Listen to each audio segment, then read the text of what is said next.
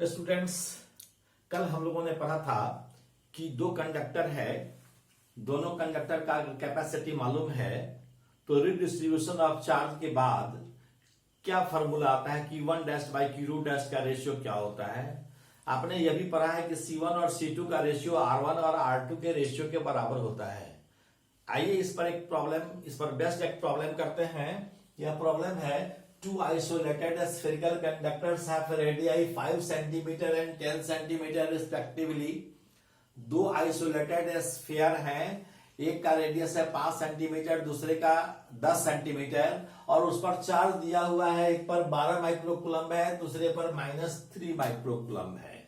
यह चार्ज हमको दिया हुआ है।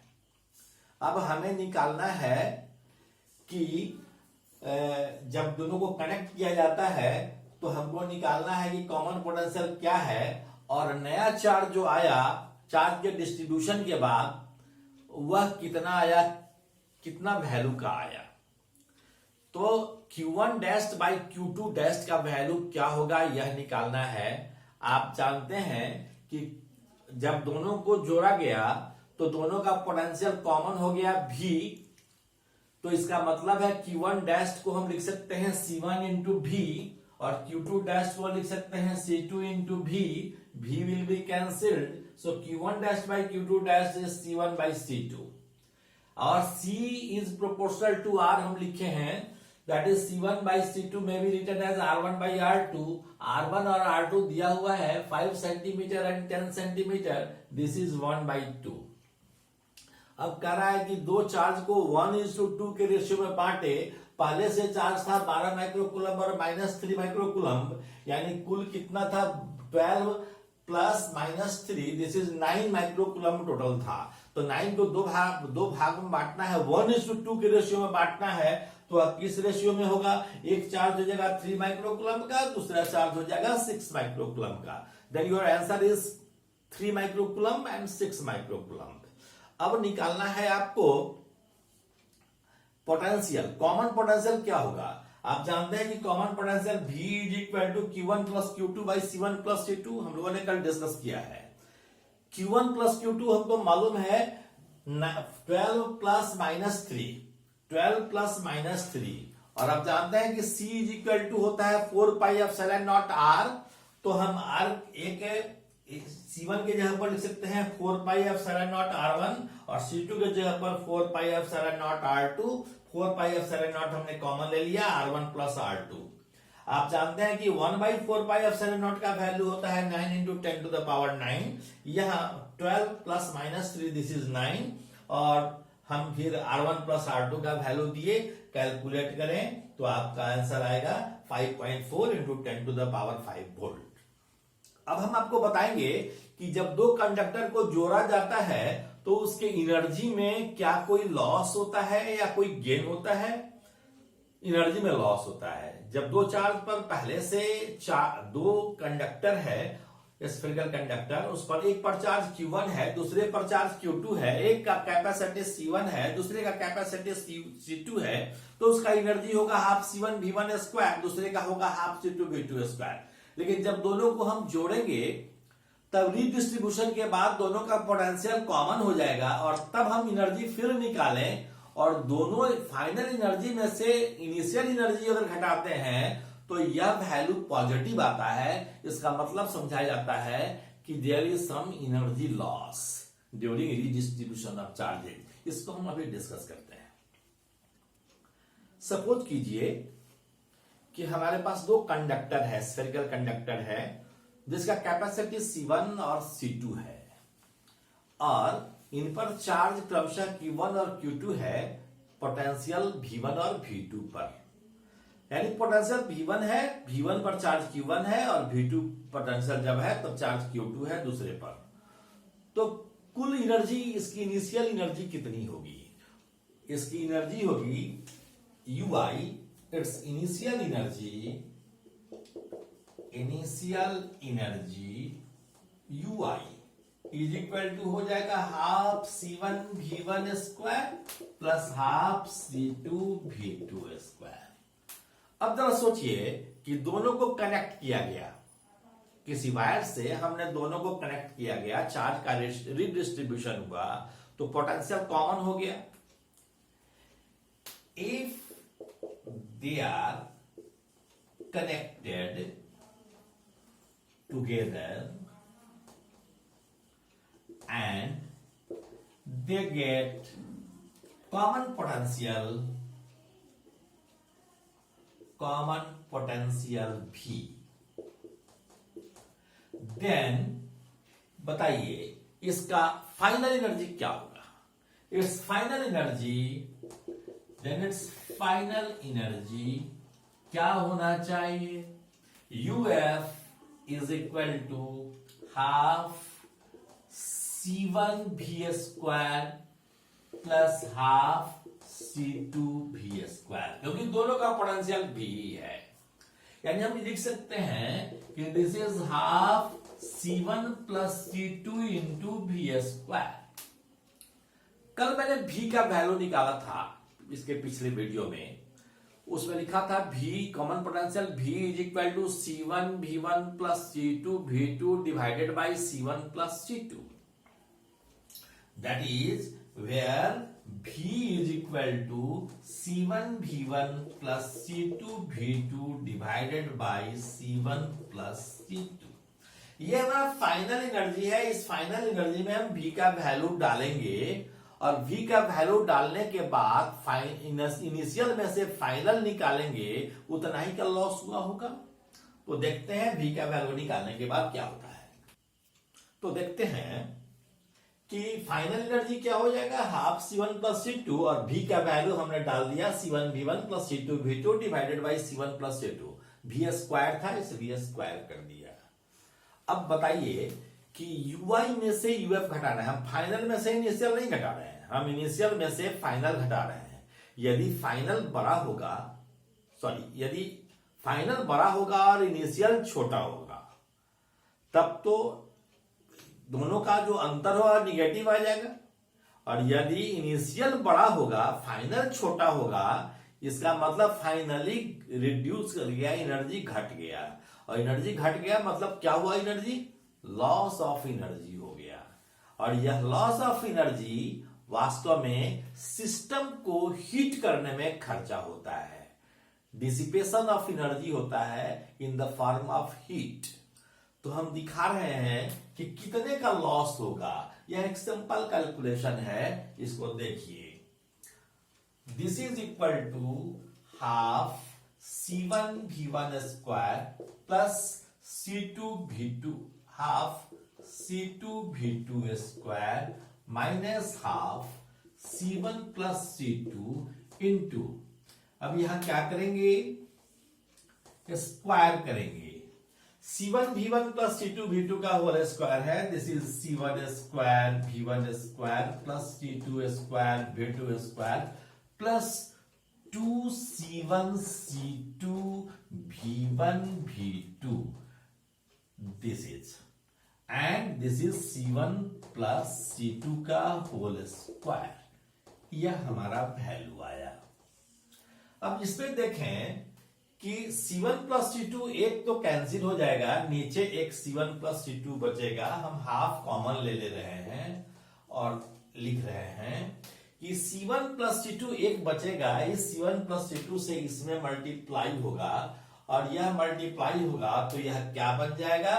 This is equal to C1 C2 by C1 plus C2 into V1 square plus V2 square minus 2V1 into V2।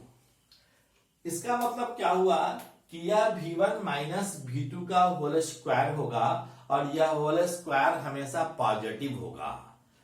Whole square है इसलिए हमेशा पॉजिटिव होगा। इसका मतलब है कि डेल्टा यू का जो वैल्यू होगा हमेशा पॉजिटिव होगा। इसलिए मैंने मोड इसलिए लिखा है कि UF माइनस UI को हम डेल्टा यू लिखते और UF माइनस UI लिखते तो निगेटिव होता, इसलिए UI माइनस UF का मोड किए हैं। और इसका मतलब है कि this is equal to half C1 C2 by C1 plus C2 into V1 minus V2 का होल स्क्वायर। V1 बड़ा हो या V2 बड़ा हो, हमेशा यह वैल्यू क्या होगा, पॉजिटिव होगा। तो इसलिए therefore there is some loss of energy, there is some loss of energy during redistribution of charges। Okay, ठीक है। आइए अब देखते हैं सेल्फ एनर्जी क्या होता है। सेल्फ एनर्जी वास्तव में इलेक्ट्रोस्टैटिक पोटेंशियल एनर्जी ही है। लेकिन जैसे सपोज कीजिए कि कोई चार्ज को हम असेंबल कर रहे हैं, इन्फिनिटी से हम धीरे धीरे बिना एक्सीलरेशन प्रोड्यूस किए हुए किसी चार्ज को स्पेसिफाइड कॉन्फ़िगरेशन में ला रहे हैं, तो उस स्पेसिफाइड कॉन्फ़िगरेशन में लाने में जितना वार्डन एजेंट को करना पड़ता है, that is called its self energy. तो जब भी हम कभी किसी सिस्टम का एनर्जी निकालते हैं तो उसका सेल्फ एनर्जी भी निकालते हैं और उसका इंटरैक्शन एनर्जी भी निकालते हैं। चार्जेस के कॉम्बिनेशन के कारण इंटरैक्शन एनर्जी भी हो सकता है। सपोज कीजिए कि कोई स्फीयर है या स्फेरिकल शेल है, इस स्फेरिकल सेल पर हमने चार्ज Q1 डाला और एक पॉइंट चार्ज है उसके बगल में कहीं रखा हुआ है, उस पर चार्ज है Q2 और दोनों के बीच centre to centre distance small r दिया हुआ है। अब यदि हमको इस सिस्टम का टोटल एनर्जी निकालना होगा तो हम सबसे पहले क्या करेंगे कि सेल्फ एनर्जी निकालेंगे स्फेरिकल सेल का, यानी स्फेरिकल सेल तक Q1 चार्ज को इंफिनिटी से लाने में कितना वर्डन होगा, उस वर्डन को हम निकालेंगे। इस वर्डन को निकालना हम लोग सीख चुके हैं, फिर एक एक्सरसाइज भी करेंगे। फिर एक तो सेल्फ एनर्जी इसका हुआ, किसी पॉइंट चार्ज का सेल्फ एनर्जी 0 होता है।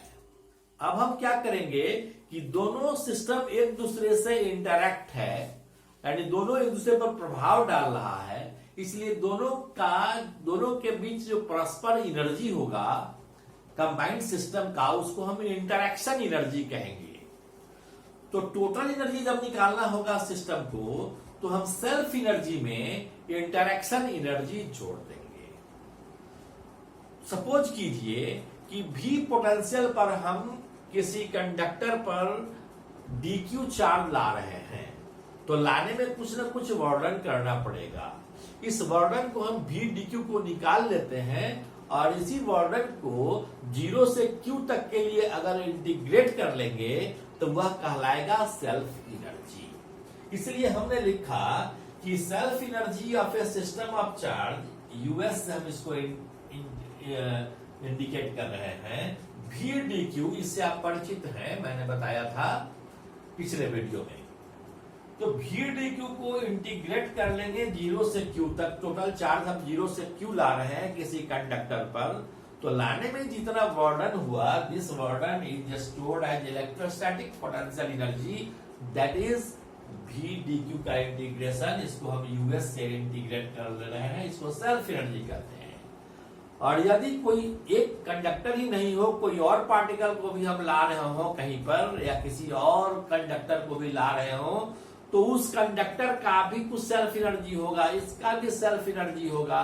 तो दोनों के सेल्फ एनर्जी को हम जोड़ेंगे और फिर दोनों के बीच जो इंटरैक्शन एनर्जी होगा उसको जोड़ देंगे, तो पूरे सिस्टम का एनर्जी निकल जाएगा। इसलिए पूरे सिस्टम का एनर्जी होगा self energy plus interaction energy. आइए इस पर एक एक्सरसाइज करते हैं। ये एक थीन स्फेरिकल शेल है, इस पर Q चार्ज सपोज कीजिए किसी समय V पोटेंशियल पर अभी इस पर है, पोटेंशियल V पर Q चार्ज हम डाले हुए हैं। अब सपोज कीजिए कि हम dq चार्ज इस पर ला रहे हैं, तो dq चार्ज को लाने में कुछ न कुछ वर्डन करना पड़ेगा। कितना स्मॉल वर्डन करना पड़ेगा?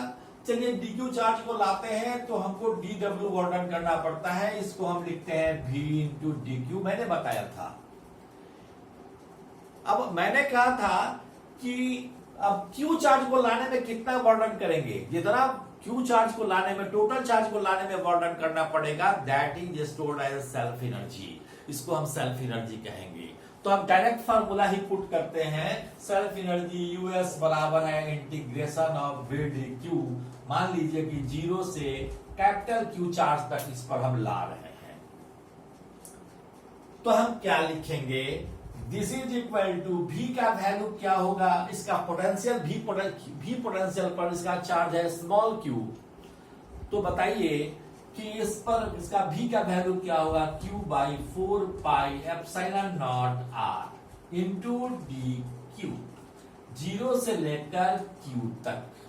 सो यह बराबर क्या हो जाएगा, 1/4 पाई एप्सिलॉन नॉट आर को आप बाहर रखेंगे और इंटीग्रेशन करेंगे क्यू डी क्यू का 0 से लेकर क्यू तक के लिए। क्या यह क्यू स्क्वायर बाई 2 होगा, और upper limit minus lower limit कीजिएगा तो कैपिटल क्यू स्क्वायर बाई 2 होगा। तो capital Q square this is equal to capital Q square by 2 से मल्टीप्लाई हो जाएगा तो हो जाएगा 8 pi epsilon naught R. This is the self energy of a spherical cell, यह यूएस है। कल हम self energy of a spherical volume of charge पढ़ाएंगे और इसके बाद हम इंटरेक्शन एनर्जी से संबंधित प्रॉब्लम भी करेंगे, और 2 या 2 से अधिक स्फेरिकल सेल से एक स्फेरिकल सेल और एक स्फेरिकल वॉल्यूम ऑफ चार्ज के बीच हम टोटल एनर्जी निकालेंगे। यह energy self energy plus interaction energy के बराबर होगा। इसको हम लोग कल अगले लेक्चर में डिस्कस करेंगे। Thank you very much, all the best.